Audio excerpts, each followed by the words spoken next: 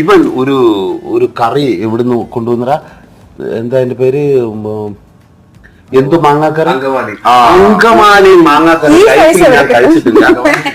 ഞാൻ ഒരു ദിവസം നോക്കിയപ്പോ ചേട്ടാ അങ്കമാലി മാങ്ങാക്കറി കഴിച്ചിട്ടുണ്ടോ? ഞാൻ പറഞ്ഞ ഇല്ലടാ.